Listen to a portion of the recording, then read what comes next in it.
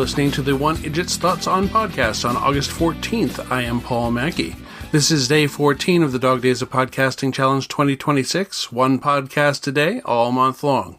Go to dogdaysofpodcasting.com for full details and the master feed of participants. Well, I've been driving rideshare for about 6 years now. A side gig has proven necessary for our lives to run somewhat smoothly. Plus, as I say when conversing with passengers about it, I used to occasionally enjoy driving around listening to music, and this allows me to get paid for it.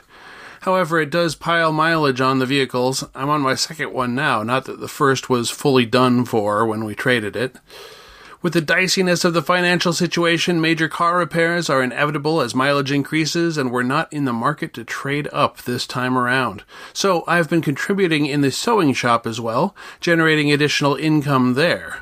My rate of production is quite a bit slower than Darcy's, but she can't work on two things at once, so it's still an advantage. Once the winter slowdown hits, I might find driving rideshare will be a little bit more helpful. The mainstay of the business in the shop is bridal and wedding party sewing, and that tails off significantly in fall and winter. I know people out there in the world get paid for trivia, but I don't think I operate at their level, so you get it for free. Yesterday's questions were both about McDonald's products, and I hope you got some points. So here we go. Burger King sold Cine Minis for a long time as a breakfast item, then discontinued them in 2012, bringing them back last year for a limited time.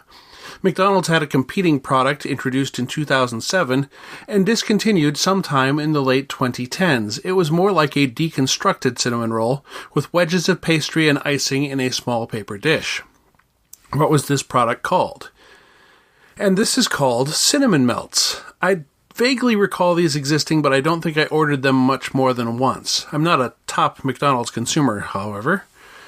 I did, though, work at McDonald's for a short while when I began the PBS job here in Duluth. See above income extra needs.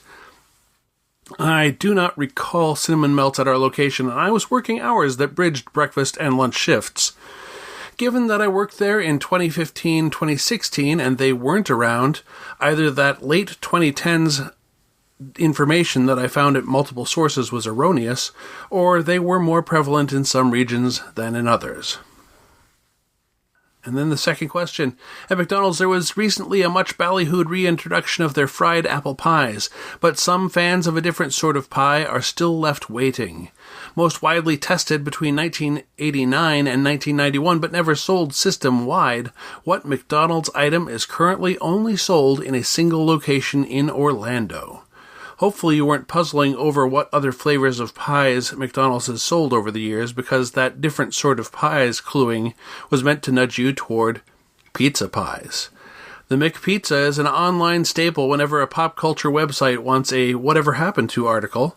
I do not think that the McPizza was test marketed in Minnesota, but then again, even then in my high school years like it was, I was not a regular in McDonald's restaurants.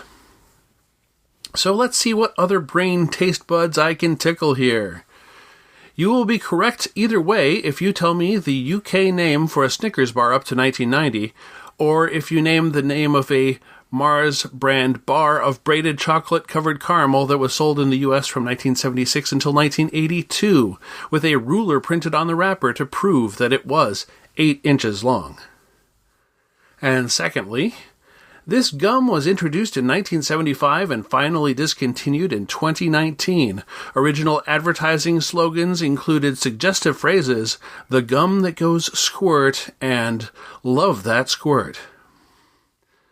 I believe I will be recording tomorrow's episode of the podcast tomorrow morning. I'm driving rideshare tonight, which is usually done best late into the night. Tomorrow afternoon, we're going to pick up Fox's girlfriend to move her to Duluth for the school year, and we've been invited to dinner by her parents.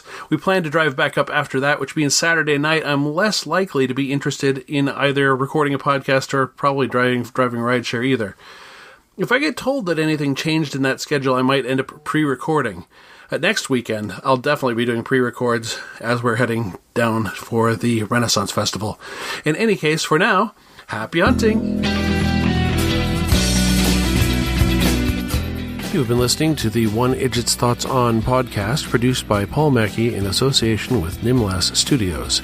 Any short clips of audio from shows is included under fair use for commentary purposes, and copyright for that content remains with its original copyright holders. The theme song is Too Good by Jack Mangan and is used by his generous permission. One Idjit's Thoughts is produced under a Creative Commons Attribution, Non-Commercial, No Derivatives 4.0 International License. You can find more episodes of this podcast and many other fine podcasts at nimlas.org. You can contact me by emailing idjitcastpodcast@gmail.com or commenting on episodes at nimlas.org.